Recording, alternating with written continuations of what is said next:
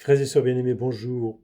En ce mardi 24 mars, je suis très heureux de vous retrouver en cette journée bien ensoleillée comme celle d'hier, et puis en très bonne compagnie, comme vous pouvez le constater, avec le cadre qui se trouve juste derrière moi, et dont je parlerai davantage demain aux enfants dans le mot que je leur adresserai à 15 heures.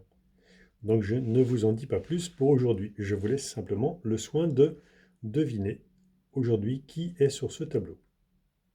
Et nous en reparlerons demain. À propos de demain, jour de l'Annonciation, je vous rappelle que nous aurons la messe retransmise en direct à 11 heures.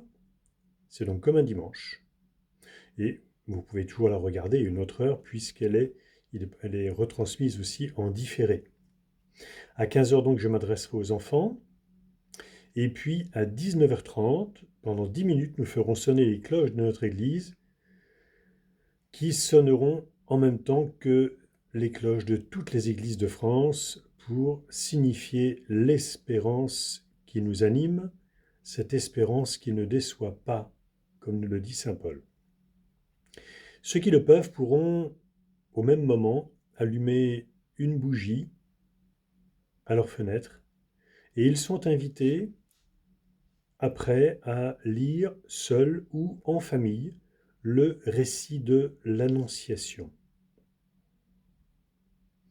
À 20 heures, demain donc, je ferai, comme dimanche dernier et comme le 19 mars, une procession dans notre quartier, dans notre paroisse, avec le Saint-Sacrement.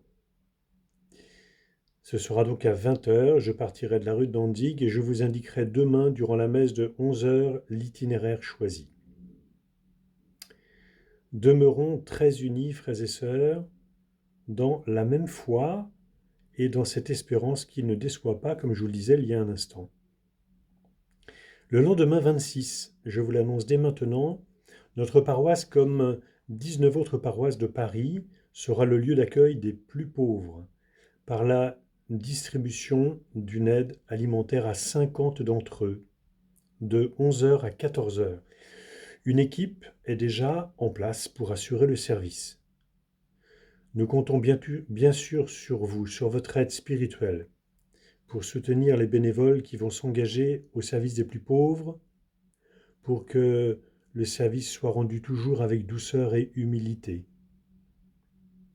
Et puis, pour ceux qui souhaiteraient se dévouer, je les invite à consulter sur le site internet de la paroisse la newsletter où des notifications régulières seront apportées pour mieux nous entraider les uns les autres.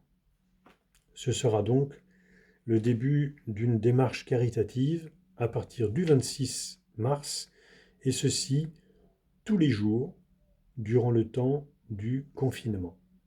Je remercie déjà très chaleureusement ceux et celles qui se rendent disponibles. Enfin, quelques nouvelles du Père Lucien, qui a donc été hospitalisé à l'hôpital Pompidou hier midi. Il a pu nous envoyer un texto hier soir pour nous dire qu'il était très bien pris en charge et qu'une série d'examens avait été faite hier, dont on aura les résultats sans doute aujourd'hui.